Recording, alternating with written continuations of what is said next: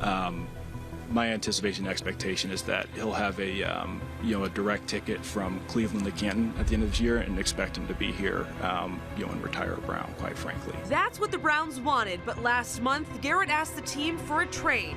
They said no.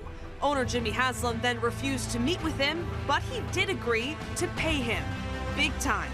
And now Garrett has gone from wanting out of town to being a lifetime Brown. In fact, the Browns' superstar defensive end is now the highest paid non-quarterback in NFL history. Thanks for joining us. I'm Caitlin McCarthy. That's right, the Myles Garrett drama has seemingly come to an end. The Browns announced today they reached a contract extension with their best player.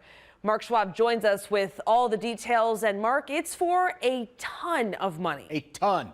That's a technical financial term, right? Tons of money.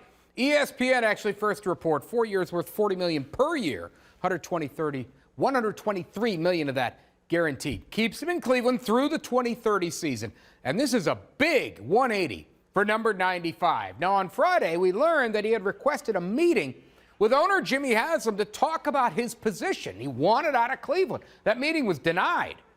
So Garrett could have just played out the remaining 2 years on his contract and left as a free agent. Honestly, if he wanted out that bad, I can't believe he didn't do that. But he didn't. Now, as far as the trade, that was never going to happen.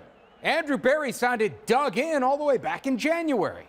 I don't envision an offseason where we're moving on from a ton of core players. Like, I think a lot of the decisions as we think about some of the areas that we may need to strategically pivot is going to be about both short-term and long-term decisions. So, I do expect there to be some turnover on the roster.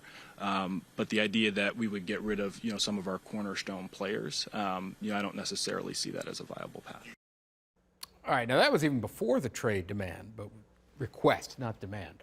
They might have been trying to play it cool all this time. It's had to have been a huge albatross hanging over their heads. Now they can move on. Free agency starts this week. The draft about a month down the road. Somehow they got to find a quarterback because that guy's good enough to win with. Get him some help. Reporting live, Mark Schwab, 19 News.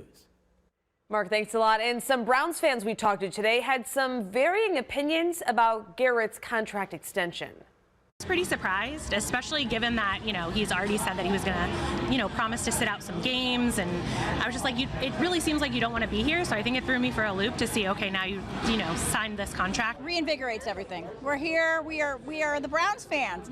We never end the Browns. The Browns fans are always there. We are always there for you. We are not fair weather friends. We are there. So we're happy he's staying. Thank you, Myles. We're glad you're staying. And of course, we're going to want to hear more from the Browns about this deal. You can count on our continuing coverage on air and online anytime news breaks. You can find it first on the 19 News app.